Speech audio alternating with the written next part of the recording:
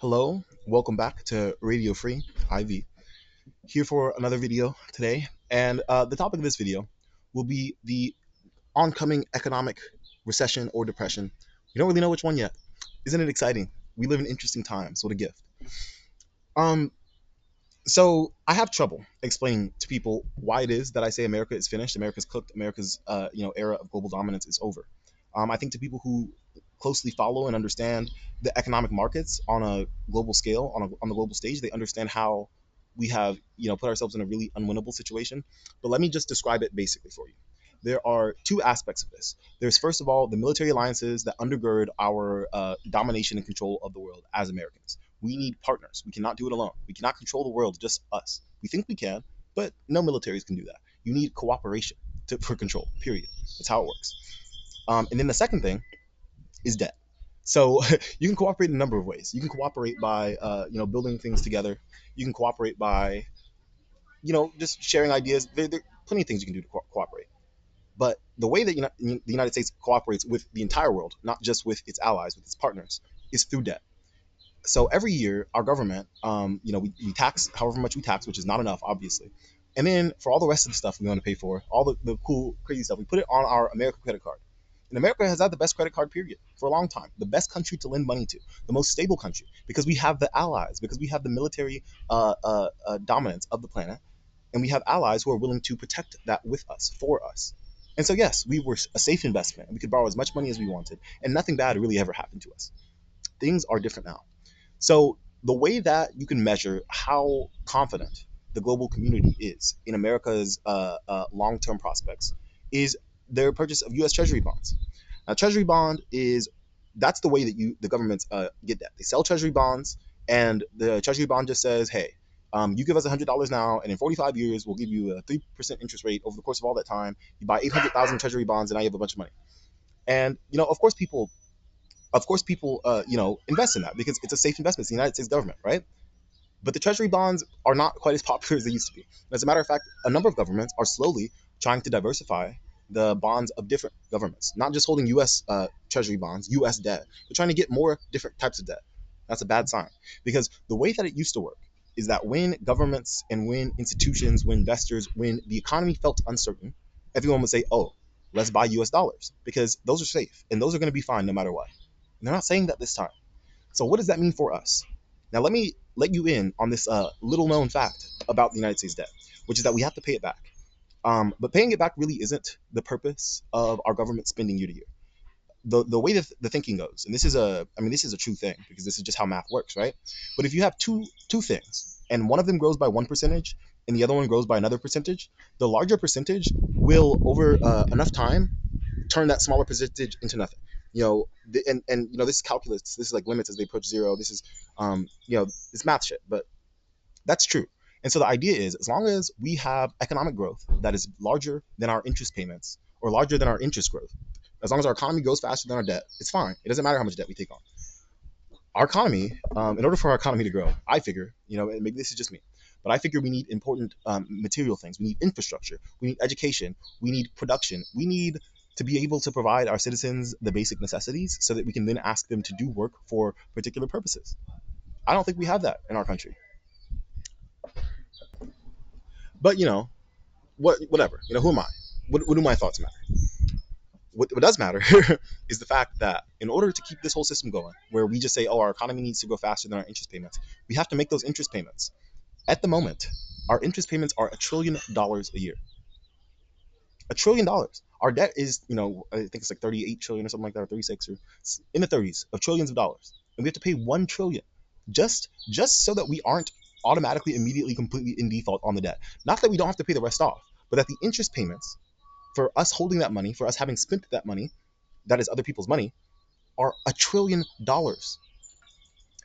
As the United States continues to sully its global reputation and it destroys the regional alliances that allowed for us to have this really convenient, really privileged economic standing, that interest rate is only going to go up because they're going to say, investors are going to say, the United States government, if I had to look at this situation where this government spends $1 trillion paying for interest, and then they close the Strait of Hormuz, they caused Iran to close the Strait of Hormuz, which is causing a global energy shock.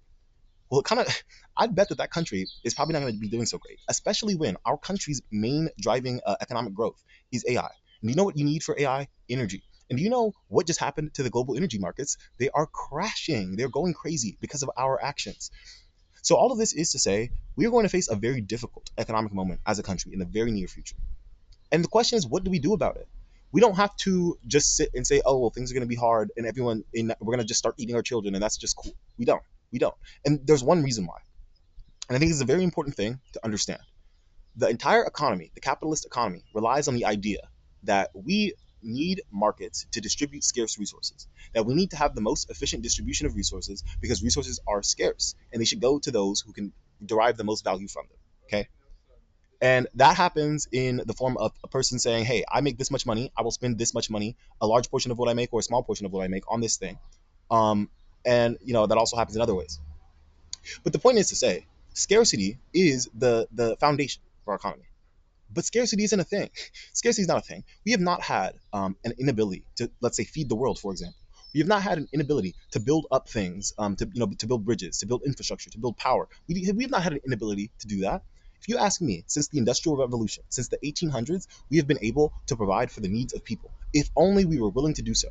But our economic system, since it is founded on this myth of scarcity, which it was not a myth at the time, obviously, and there is an extent to which resources are better distributed by markets than they are without markets. We don't have to argue about all that. But for our market to be underpinned by scarcity at that time means that now here in this day where scarcity is no longer the case, we still operate as if it were. So when it comes to how we are going to survive and build in this future, I think there's a way that we need to approach this, a mentality that we need to have, and that mentality is one to say that the most important thing is not profit. The most important thing is not economic productivity, because that's a myth. Sorry, that's long gone. We're not going to get all that. What we need to say and what we need to have as a government, a governing disposition, and as individuals as well, is that what we need to be able to do is survive. We need to make sure that everyone can survive, and we need to do what it takes. So what do I mean by that? There is a concept called rent seeking. Okay, that is when you own something, and in order to let somebody else have access to the thing that you own, you charge them money. Now, rent seeking in a capitalist economy, now that's just the best position ever. Isn't it nice to just own shit? And now you have money because you own shit. It's great. It's great. It's awesome. Except for the people who don't own shit, because then they have to pay all of this money that they get from working, which is not enough to pay for the shit that other people own, and not even get enough of that. That's gonna have to go. We're done with that. So when I say rent seeking, I'm talking about onerous fees. I'm talking about the fact that every company is trying to maximize their own profits, which means that they are going to give you worse deals than if you were in by some measure able to remove the profit motive. And I'm talking about all the scams and bullshit within our economy in general. There's plenty of waste, plenty of fraud. What we are going to need to do is first, yes, get rid of rent seeking, but then also have a centralized governing structure to direct labor towards necessary things. We need to have full employment. We need to say everyone in America can be doing something. Why is that? Because we're going through an economic downturn. An economic downturn where if we do not have a labor force that is actively producing things for our own country, not even for the international markets, which is also important there, but for even just for our own country, for our own survival, then we're going to be cooked. We need to have people working. And the only way to have people working, to have all of them working, is to change the way that our economy works and to not allow for who has the most money to have the most sway. And instead to look at what we need to do to improve people's lives. Now, this third thing comes in back into the scarcity bit. When it comes to how scarcity is maintained in a world where scarcity does not exist, there are a number of mechanisms, and the primary one is legalistic, right?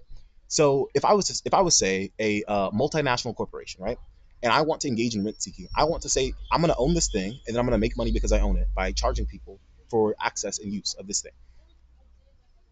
In reality, I have no ability to make sure people aren't using it. I don't. And why would people use it except for that they need it? So if I'm going to, take the lens of a person who's governing this country, then my question can no longer be, how do I please my donors? But my question needs to be, how do I distribute these resources amongst the people? So a great example of this is IP law. IP law just means that when people produce when people produce works, I don't know what the actual legal term for it is. When people produce works, they are entitled to revenue from those works, entitled to profit from them for a period of time. That period of time is 75 years after their death. ridiculous. And in general, it's not usually the artists who are able to secure those profits for 75 years after they're dead, because they're dead. It's actually usually the companies that own the works of the artists. So this, I mean, you'll hear about this in music when it comes to, oh, does this person own their masters? Do people own their masters? Those master recordings are the actual ownership of the art created. And the person who owns that is entitled to all revenue associated with that work. Can't have that anymore. Sorry, sorry, can't have it. And by getting rid of that, I think there are a number of ways we're going to be able to save a lot of money, because people do pay for things, not because they couldn't acquire them other ways, but because they are forced to, because our laws say that they can't do it a different way. Um, and, problematic, obviously, especially when we're going to be in an economic recession. Well, so I paused the recording because I sort of lost my chain of thought there for a second. And I couldn't find it. Sometimes trains, they run away and they never come back. But that's fine. My point, though, is that we have an economy geared towards making sure that people make money, as opposed to making sure that people have access to things, as opposed to making sure that people can enjoy their lives. We're going to have to change that construction, because that construction is going to make it very difficult to live in a world where we are not the economically prosperous giant that we previously were. And now I think the final thing, I don't know, I always do this. I'll say, oh, there's three things, and then I'm on the 18th thing by the end of it. But this will be the final thing. Or actually, no, there's one more. There's one more after. Okay. Education. Education is going to be very important. Knowing how to do things, having knowledge, not knowledge that you can access, through Amazon Web Services, internet websites, not knowledge that you can access through AI companies, through overconsumption, but knowledge that you have within yourself, with that you gain from experience. That is how you survive a difficult economic circumstances. And take it from me, somebody who you could almost say I have a little love affair with poverty, right? Um, you're going to need to have intelligence, and our government is going to need to actively cultivate that, because we ultimately do not need all this bullshit. We don't need all this money everywhere, just for things to function. What we need is people to care for one another. That's it. That's what all society is. It's all it's ever been. It's all politics is. It's all it's ever been. And the person to enforce that care needs to be the government, making sure that people are able to, that people have the tools to care for one another, even without spending a fuck ton of money. Um, the last thing I want to say is advertising. Advertising Advertising has got to go. Now I'm going to make a standalone video about this very soon, as a matter of fact, because advertising is evil. It is evil. And the reason advertising is evil is because advertising is about manipulation. It's about how to make people do things that they don't want to do.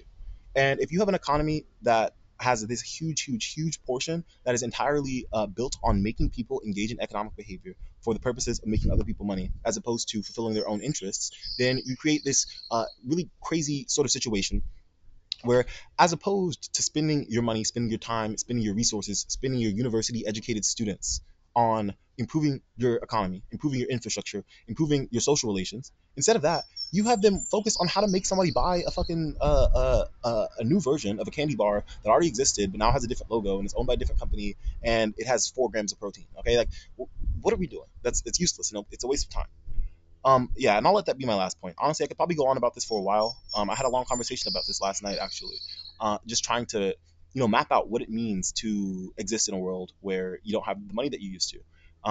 Right to repair, that I forgot to mention, that goes back to the legalistic thing. We need to make sure people have the ability to own their things and the ability to repair their things and the knowledge to do so. Not just the ability, but the actual capacity, you know?